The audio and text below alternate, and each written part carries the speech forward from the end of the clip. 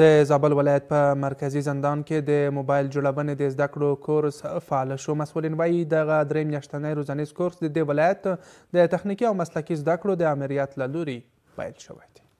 د زابل ولایت په مرکزي زندان کې 30 تنه بندیانو ته د موبایل جوړولو د زده کړې درې میاشتنی روزنیز کورس د دې ولایت د تخنیکي او مسلکي زده کړو امریت له لوري فعال شو.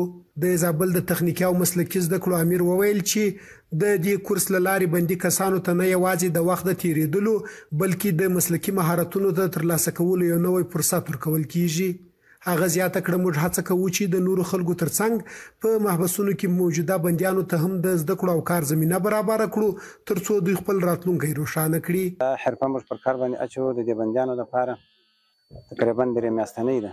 په 3 میاشتې کې به دوی فارغه کیږي د دې کسب او د حرفې څخه. په دې 3 میاشتې کې بیا دوی ته اسناد ورکول کیږي. په آینده کې موږ په پلان کې لرو چې د دې حرفې تمدید هم په نظر کې لرو. حرفه به بس د ضرورت په اساس چې تمدیدیږي، یعنې 3 میاشتې پرسې بیا نور شاګردان ورته جذبوو او د شاګردانو تعداد چې زموږ 13 کسان دي.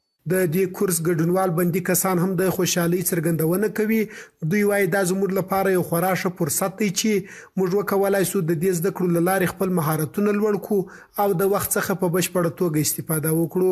زه ډېر خوشحاله یم د مدیر د محبس موږ ته دا زمینه مساعده کړې ده چې یو شی موږ دلته زده کړو بیا ولاړ شو د باندې او دغه خپل درس دغسې مو زده کړی دی کسب دا به هلته د باندې شروع کړو. دا ډېر ښه کار دی.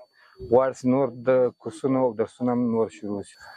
باید ما خوشحال هستیم زیاد که فهمید یک مسلک یاد میگیریم، یک چیز فهمید از این برداشت میگیریم، میتونیم فهمید برای فهمید از این استفاده خوب بکنیم. از ما فهمید پرسان ما همی است که فهمید برای ما هر زمینه کار برای ما مساعد شود، فهمید بهتر است، فهمید یک قسم فهمید ما از اینجا برداشت کردن میتونیم.